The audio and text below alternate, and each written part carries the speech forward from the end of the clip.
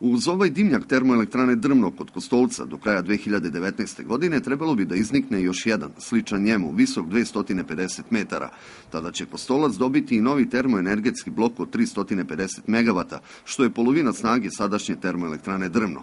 Investicija vredna preko $700 miliona za EPS, privredno društvo Teko i grad Kostolac predstavlja zamajac razvoja. Kostolac će postati jedno veliko gradilište kroz koje će cirkulisati velika količina i ljudi, opreme, materijala i naravno finansijskih sredstava. Buduću kostolačku termoelektranu gradit će kineska kompanija CMEK. Kinezi su već ovde u novoizgrađenom naselju ispod dimnjaka termoelektrane Drmno. Pripremaju revitalizaciju bloka B1 i druge radove iz prve faze kreditnog aranžmana. Od planiranih 600 radnika, koliko bi trebalo da ih pristigne do oktobra sledeće godine, trenutno ih je 50-ak, uglavnom inženjera. Mi smo jako zadovoljni dolaskom ovde u Srbiju. Naravno da postoje neke kulturološke i jezičke razlike, međutim mi se naravno prilagođavamo uslovima, obzirom smo došli u jednu stranu zemlju.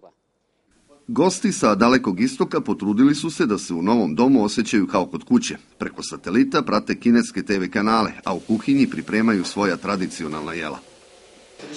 Hrana jeste kineska jer se priprema na kineski način, ali su sastojci ovdašnji, kao što je recimo ova svinjetina sa povrćem, ali ima i ponečeg čega nema u Srbiji, kao što je recimo ovo crno jaje, ono je stiglo iz Kine i vrlo je ukusno. Osim gastronomskih, Kinezi su sa sobom doneli i svoje radne navike, koje se u priličnoj meri razlikuju od našeg shvatanja posla i radnih obaveza.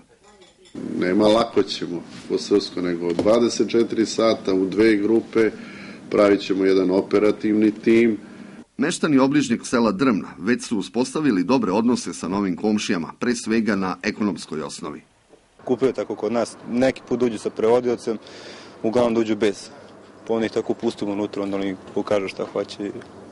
Drmljani i Kostolčani imaju svoju računicu. Ako svaki kineski radnik od njih 600 potroši samo 1 evro dnevno, to je godišnje preko 200.000. Zato se i nadaju da će im Kinezi, kada 2019. budu odlazili, osim još jedne termoelektrane, ostaviti i po koji dinar više u džepu.